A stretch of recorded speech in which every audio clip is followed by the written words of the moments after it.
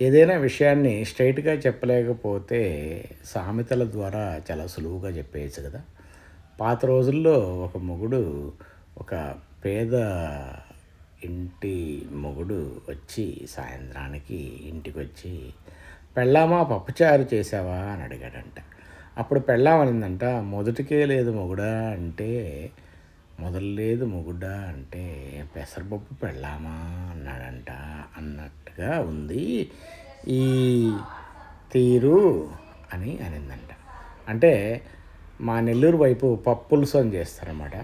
పెసరపప్పుతోటి చింతపండు పులుసుతోటి తాళింపేసి చేస్తే ఆ పప్పులుసు చాలా లైట్‌గా డైల్యూటెడ్‌గా ఉంటుంది. దాన్ని వేడి వేడి అన్నంలో కొంచెం నెయ్యేసుకొని, కొంచెం ఆవకాయ నంచుకోవడానికి ఉంటే దాని టేస్ట్ సూపర్ ఉంటుందన్నమాట.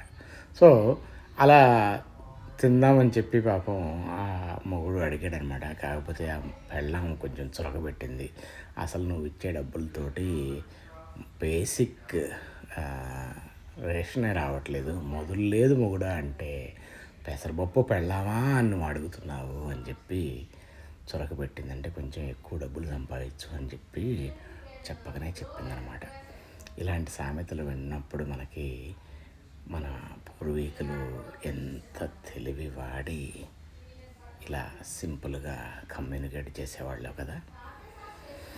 కానీ ఈ రోజుల్లో అంటే ఇప్పుడే టీవీ 9 ఏదో న్యూస్ చూస్తుంటే ఎక్కడో ఏదో పార్టీ వాళ్ళు ఇంకేదో పార్టీ వాళ్ళని ఏదో చేశారు అని, ఎక్కడికైనా వస్తాం ఏమైనా చేస్తామని వాళ్ళు ఇలా ప్లకార్డులు పట్టుకొని తిరుగుతున్నారు. కానీ ఎక్కడికైనాలో దీర్ఘం లేదు. ఎక్కడికైనా వస్తాం, ఏమైనా చేస్తాం. ఏమైనా కాదది, ఏమైనా దీర్ఘం ఉండాలన్నమాట. ఎక్కడికైనా కాదది, ఎక్కడికైనా దీర్ఘం ఉండాలన్నమాట.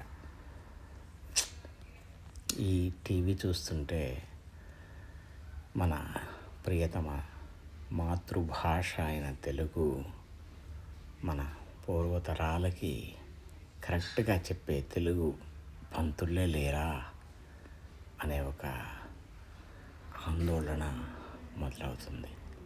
మీరేమంటారు?